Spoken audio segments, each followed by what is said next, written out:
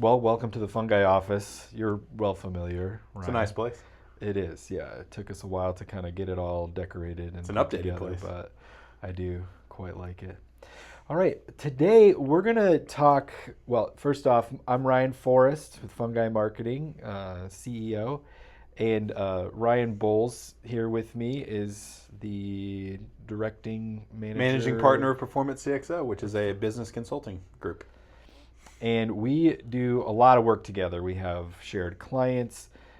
We consult with, or Performance CXO consults with us, and we collaborate on a lot of various different projects, particularly around the sales and marketing process. I'm kind of the more of the marketing side. Ryan's more. I've spent my career as that annoying sales guy. Yeah, I feel like you're not an annoying sales guy though. My favorite phrase is polite pest. A polite pest, yeah. And I have also been in sales, but I think that our approach to selling is different than your traditional sales guy. We're not necessarily out there like trying to make the next buck and everything's so critical.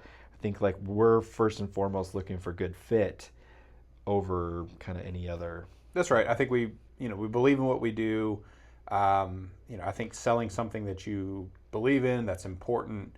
And then when you have that, you're able to kind of go to market in a very different way, knowing that you're not just trying to like you said, get the next sale, but really help the next person. Yep. And I think that really just kind of changes the attitude, the perception, honestly, the success around sales and marketing. Absolutely. I just literally like right before we started recording had a call with a prospect who was like, I'm not sure. I'm sorry I haven't gotten back to you. I don't know what to get started with. And like my thought was like, hey, let's just sit down, meet. We'll go through the numbers. We have a process. It involves a scorecard. We'll get to that later in this discussion. But like the relief that she had that we weren't just like jumping right into proposal. Right. And that we were going to just kind of come in and look for some quick wins was like, you could just hear it in her voice. Absolutely. So on that note, let's talk a little bit about today's topic, which is sales and marketing operating in silos, which is, I would argue, a majority of businesses that we come across. Yeah, and I guess to be fair too, like we're really talking, if you're listening to this podcast and you're part of a large enterprise, we're glad you're here, but this probably isn't for you. No. We're really talking to small and medium-sized businesses that are doing sales and marketing as best they can, right? I think a lot of people wear different hats. There are probably 15 different roles inside of sales and marketing that you could have. Small businesses don't typically have the ability, the budget, or the resources to do that. So they're really just, they're making the best that they can. And I think that's really what we're here to talk about. Just because you have a small team, you don't have robust systems, processes, technology. There are a lot of things you can do even without those sorts of things at the level you're at today, right? So I think that's what we're really trying to focus on is practical, real things that we can do without saying, oh, go spend $300,000 in investing in people and resources. Yeah, and it's just to like clarify, we're also not talking about like buying some huge, expensive, robust CRM tool or having to like completely rework your operations and infrastructure. It very much boils down to some simple processes that we've found when put into practice on a regular basis can just make things so much easier. And so I think there is, like Ryan said, an assumption that we're not talking like, huge teams, sales teams of 50 plus people with, extensive territories and things like that. We're also not talking about teams that have like 10 marketing representatives from like creative direction to CMO to, right, like digital strategists and stuff like that. These are companies that have like probably 2 to 6 people that kind of fill out that sales and marketing organization. Right. And the good news is you can be very successful with that group. Right. Yeah. So let's talk about silos. We'll start with me on the marketing side. Well, if we're talking about funnels, that's where it starts, right? Yes. Okay. So things that the marketing team says and or hears when not working and collaborating well with sales. The leads are weak, which is that classic Glenn Ross quote. And they are. Let's be fair. And but then marketing is saying that's not fair. Marketing is saying, we're generating a ton of leads. Like we can see the names and emails, we can see the phone calls, we're listening to recordings of phone calls, and we're saying, no, sales, you're not doing a good job with the leads that I'm sending you.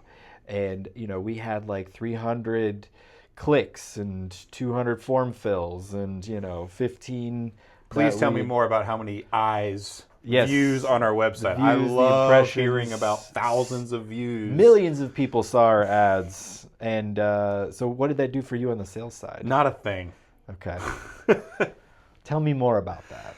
So I think on the flip side, and again, we're obviously a little bit in jest here. Yeah. But I think traditionally on the sales side, you show up to a marketing meeting or a management meeting and you hear about, I think, what we call vanity metrics, right? Of all these, like, let's find anything and everything that makes marketing look good, right? Hey, 30,000 people viewed this video. Mm-hmm. What does that actually mean? Were they in our territory? Were they even in this country? Were they even real humans? I don't know that. So I think oftentimes we see these metrics, we hear these things, and from the sales side, it's like, okay, so what does that do for me? And it's really hard to say, oh, I gave you, 50 leads last week, when 49 of them were with like janitors of the company. Hey, but that other one, that's right, that might be possibly buy in 7 months from now, really filled out my pipeline. That was so good. Thank you so much. So like, what are some things that marketing can do to support sales better, other than obviously sending, qualified leads? Yeah, and let's be fair. Like, I want the leads. Please give me the leads, because otherwise I have to go out and cold call. And I mean, my teams will do that. We will absolutely make that happen. But salespeople love a good lead. We just also have a tendency to be very unsure of what that good lead is sometimes, right? I think a lot of times salespeople expect the lead to show up with a check in hand and say, yeah, I'm ready to buy your services. That's not a lead, right? That's a cashier, right? I mean, if we want that, then I don't know that we really need that big of a sales team, right? So right. I do think there is, and I mean, that's a further conversation of what's a good lead, what's a bad lead, what's a workable lead, where is something that can enter the pipeline that sales teams can then begin to manage, nurture, and work on. Not every lead that comes through the door has to be ready to say, oh, I know about your services, I'm ready to sign up, please tell me where. Yep. But I think the big thing is really just the communication between it. And having that shared goal. Oftentimes what I've seen is marketing's one and only goal, what they're metriced on, their KPIs, and often even their compensation is, did a meeting happen, yes or no? Mm-hmm.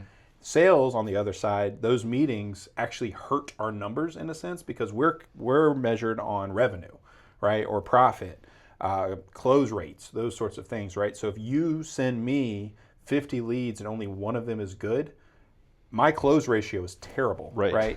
And if I'm reporting up, you can't turn those janitors into. I mean, maybe buying customers. Maybe a couple of them. But I think that's one of the big things, right? Is marketing is, oh, we're doing my job. Oh, sales is over here doing our job, and those metrics are different. Yeah. So I think one of the first things is getting everybody on the same page and working towards that same ultimate goal, whatever it may be. Oftentimes, it's revenue. Yeah. And being able to make sure that everything is moving through together in a cohesive way. Yep, absolutely.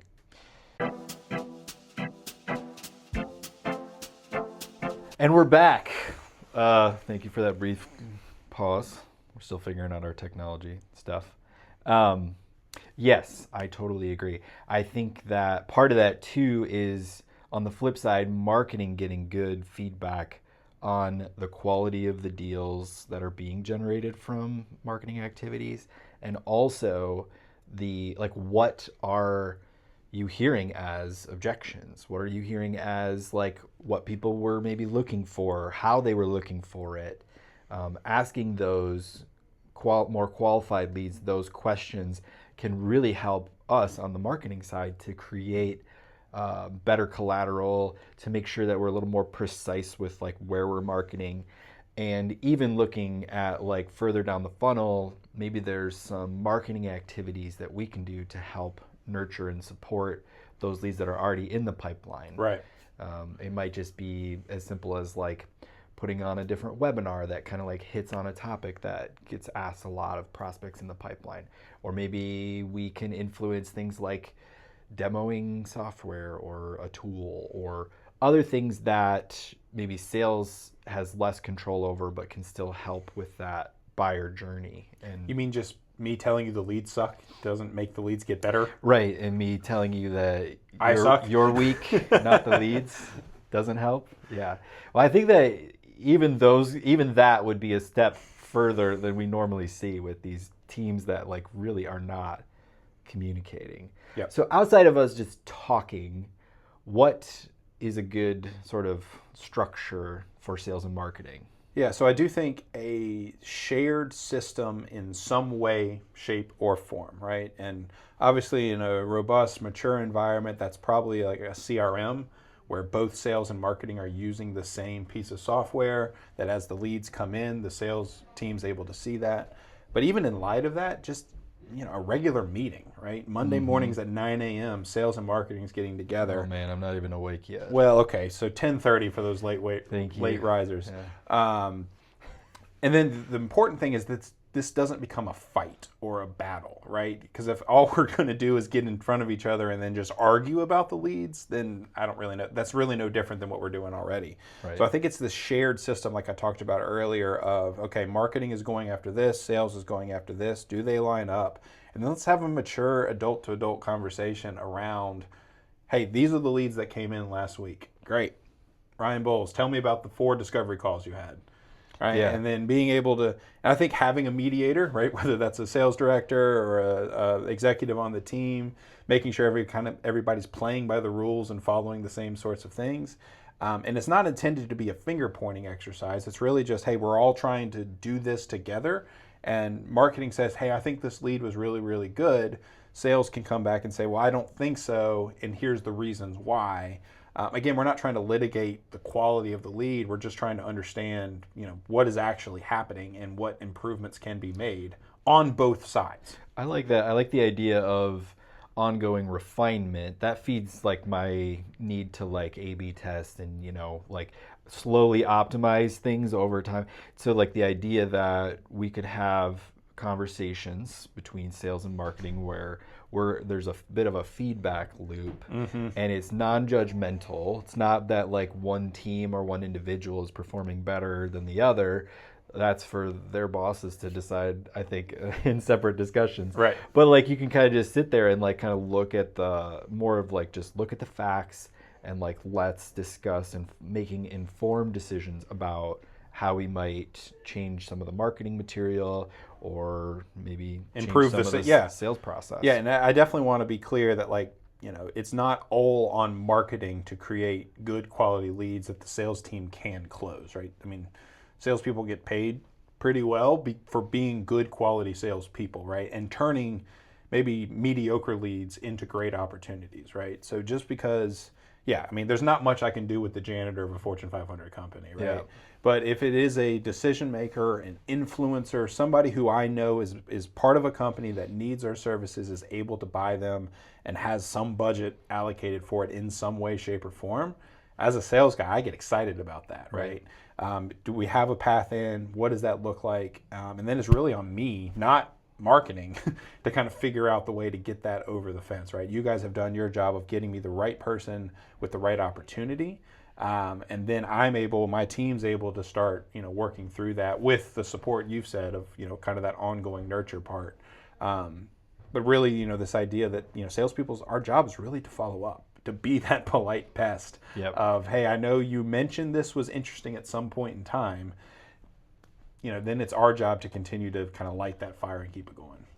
I think, and especially with kind of like direct communications, one thing that I think is a little bit harder to define on the marketing side, and I'm just going to go on a tangent for 1 second, is the kind of traditional funnel as we see it is different now. It's not really a funnel. It's more like this funky loop of triggers where buyers maybe start their research process and then set it down and get distracted and go away over here.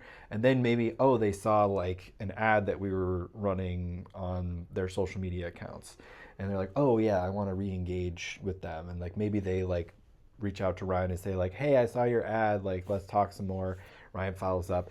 They might go down again. And then maybe they get an email a couple months later that was sent from marketing that says like, hey, maybe demo our product, talk to your rep about it, blah, blah, blah. And then Ryan can get, so there are ways I think, because a lot of people in my experience are like, they don't want to be consistently the polite pest thing, like can get overdone. Absolutely. Where it's sort of like, yeah, I know you're trying to sell me something, blah, blah, blah, blah. So like having some of that like more soft touch approach of like these kind of nuggets to get people re-engaged is something that marketing can support also. Which, and to that point, why sales and marketing need to be talking together so that I know what's going on your side, you know what I'm doing. Because if you're doing these nurture campaigns and I'm rapid firing, following up, like they're getting inundated with these kind of unnecessary follow-ups that really just turn into noise.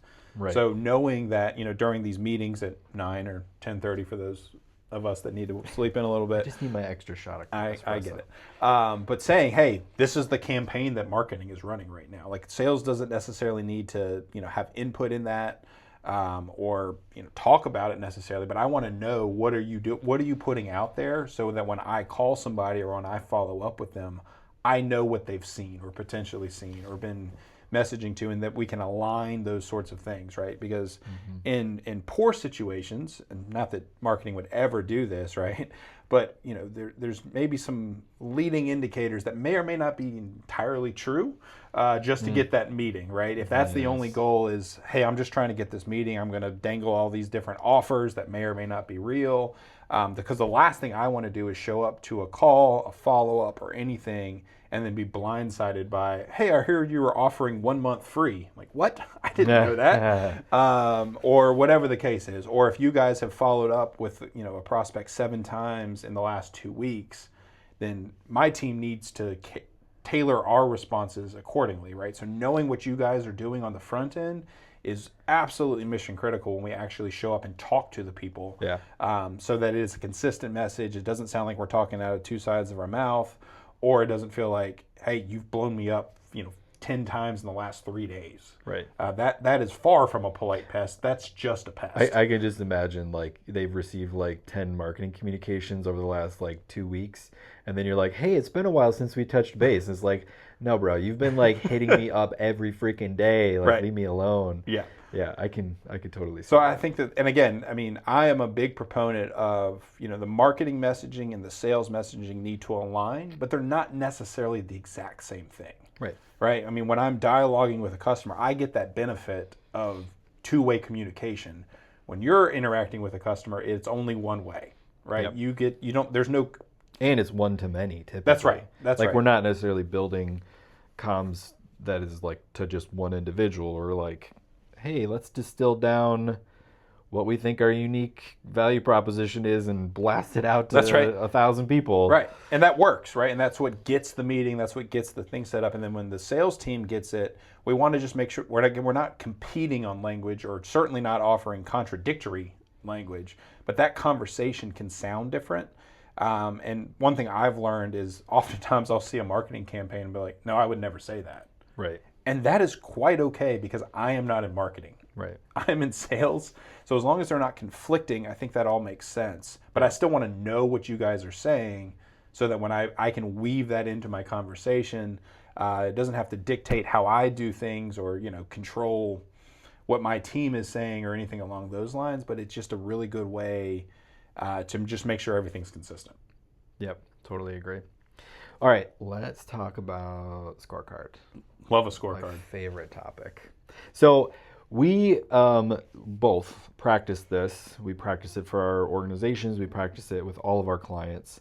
A routine scorecard, which has everything from, we could say it might have some of those vanity metrics like impressions and clicks and things like that. But the real key important things are marketing qualified leads. That's, anybody who has a pulse, who may have a budget, who's not spam. Well, it depends on how you define it. And then you've got sales qualified leads, pipeline, closed won and lost, revenue, and profitability. And so I think it's really important to regularly review those things. We do it on a weekly basis, whether it's internally or in conjunction with our clients. And I think that while we're not necessarily making major decisions off of changes over the course of 1 week, That's right. over the course of many weeks, you do start to see patterns and you can start to make differences. And I feel like it's a great component to have as a part of that sales and marketing meeting. That's right. Because again, it's like no emotion. Here's how many leads came in. Here's where they're at in the kind of like what stage they're at. Right. And here's how much revenue it produced. And we can start to see return on investment or areas within that scorecard where like, well, maybe if we could improve sales processes or sales follow-up here, we could turn our close rates from 20% to 25%, and that would have huge implications on revenue, as an example. And I think that's where, those vanity metrics no longer become vanity, because if we're seeing that, we're getting 12,000 views on our website that's turning into 100 opportunities that turn into 20, right? Then all of a sudden that starts to make sense. And then you can actually, if you do it right, can take it from the very, very beginning of, this person saw our ad, and then 6 months later, 3 months later, whatever the sales cycle is, actually converted and produced this much revenue. So all of a sudden, all of these metrics start to tie together as opposed to just random, right? Oh, here's a little spike here, here's a little spike over here, but is it all moving in one solid direction? And then you make tweaks and changes as you go, right? And again, it's not a finger pointing, it's not who's doing better. It's we're all working on this one direction, and it doesn't allow any one particular metric to overtake another one, right? Right. Oftentimes in these, if you're having a meeting or management's reviewing, it's kind of whoever speaks first and loudest of, look at this, I did all these great things. But if you have this unified scorecard, we can celebrate those wins, but we're really taking a look at the whole picture week over week. And to your point, 1 week does not make a trend, but you also can't find trends if you're only reviewing these things on a semi, or Annual not regular, or like quarterly basis is like, I feel like because by that time it's too late. Yeah, and I do feel like we have like some clients. There is some seasonal decision making. Whether it's like that their customers' buying cycles are different, or that just them themselves, like the industry, like somebody in interiors manufacturing might see like lulls in the summer, and similarly like kind of after the holidays, because most people aren't like remodeling in the like right after Christmas. Right. They've already done the remodel, or they're not remodeling when they're at the beach. So they're doing that stuff and other right. sides of things. And the cool thing about a scorecard is if you can keep it disciplined. I mean, if you haven't been doing this yet, that's okay. Yeah. But if you start doing this, all of a sudden these trends that people say they know, or every business like, oh yeah, our slow season's this. That's usually a feeling and maybe an opinion. And some people may have different opinions. But if you have a weekly scorecard and you do it for an entire year, and then you start doing it the next year, you can say, oh yeah, last year here's the trajectory, right? And then, amazingly, you do this for 5 years, and we can say, yes, for 5 years in a row, December tanks. Great. Yep. So we can plan for that. But it's no longer, I think this is the way, or, salespeople like to, I would rather take 2 weeks off for Christmas, so I'm just going to say Christmas is our slow time. Yeah. Really putting all of that together, and, I love data. I'm a bit of a data nerd. But being able to see all that it takes out the subjectivity, and we just start, it's a scoreboard. It's a scorecard that we can look at and say, objectively, this is what's happening, good, bad, or indifferent. But until you start to track that, it's really impossible to get any sort of real data trends. Yep. And I will say, because like over the years, we've developed all sorts of like cool dashboards and automated things. There's something about, like, for ourselves too, just having to manually review and enter the data. Absolutely. It sounds a little bit counterproductive. But especially in today's automation yeah, and AI everything, world. automation, AI, like, can I just have AI do it for me? But like, there's just something about that practice of looking at it, and then, because sometimes if there is like an anomaly, like leads are way up or sales are way down or whatever, it's like, You oh, would well, we use need that to, example. yeah, yeah, whatever. You can peel back the layers a little bit. Right. Like, what? Okay, so why is this happening? Like, oh, like leads are way up. We had that trade show and we got a bunch of leads from it, or sales are way up because We have a great sales team we have who's we just get this new rep Ryan that's just crushing it for us.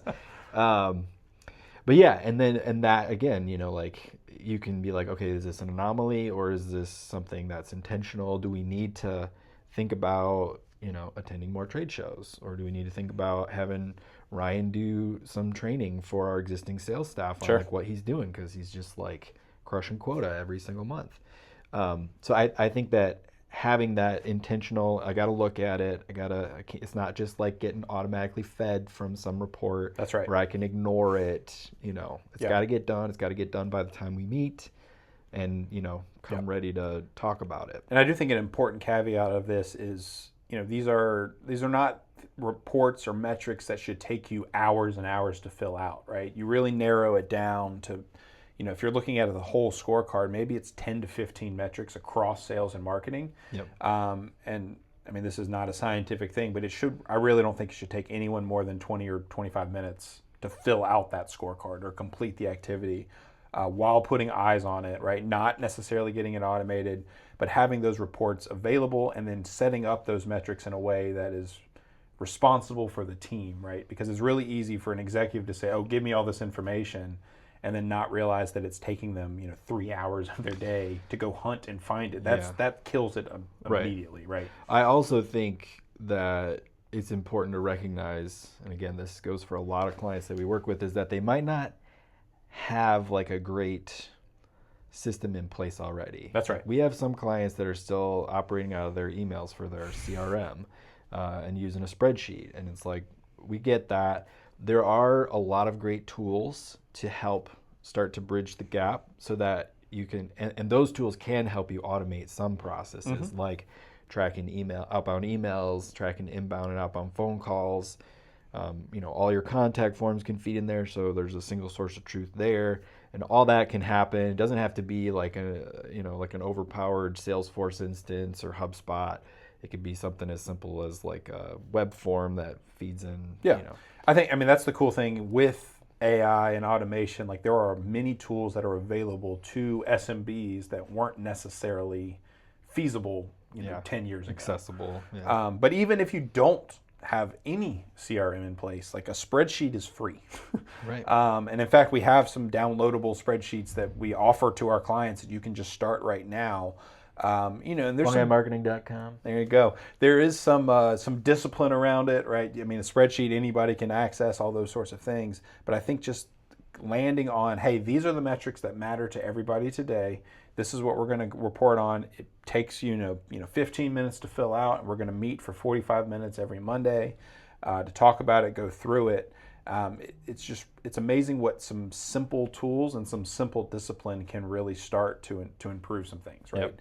With that said, if you have a CRM in place, if you are using a version of HubSpot or Pipedrive or Salesforce, whatever the case is, let's make sure everybody's consistent with that, right? And has that ability. It doesn't necessarily have to buy licensing for the entire marketing team or the entire sales team, but using that as a system of record that somebody can then put into a spreadsheet or demo on a shared screen, anything along, like, let's use the tools we have in place just to make sure that everybody's on that same page and no one is using this great tool but in a silo that no one else in the organization sees. Yep.